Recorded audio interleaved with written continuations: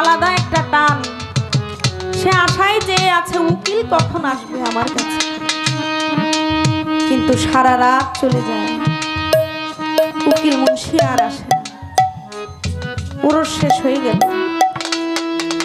ওরস শেষ হয়ে যাবার পরে উকিল মুন্সি সাহেব যখন সুস্থতা বোধ করলেন, সুস্থ হলেন, তখন তিনি পীরের দরবারে গেলেন।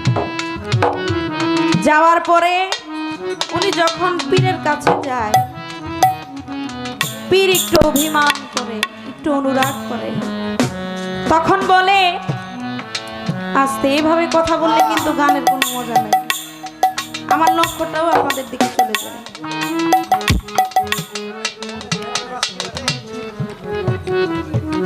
একটু লক্ষ্য করে শুনেন।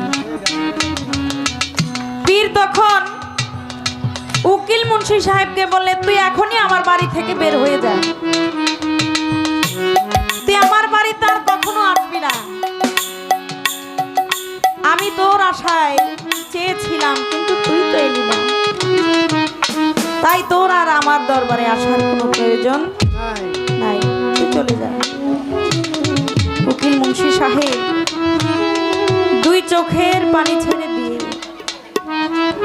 উনি পীরের দরবার থেকে কিছুটা দূরে গিয়ে তখন একটি গান ধরলেন।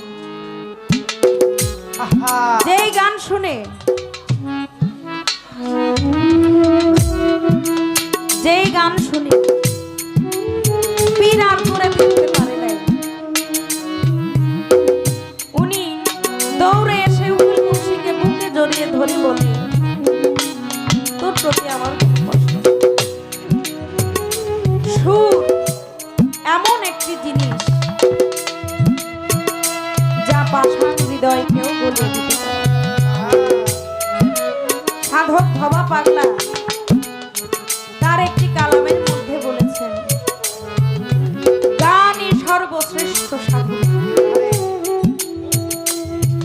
তার আরেকটি কালামের মধ্যে বলেছেন, সাধনা বিনা গান হয় না, পায় না মানি কোনো। এই গান, এই সুর, এটি হচ্ছে একটি সাধনার বিষয়। আপনি যেমন দিবেন তেমন পাবেন। তাই উকিল মুন্সি সাহেব কি গানটি গেয়ে তার গুরুর মন জয় করেছিল, সেই গানটি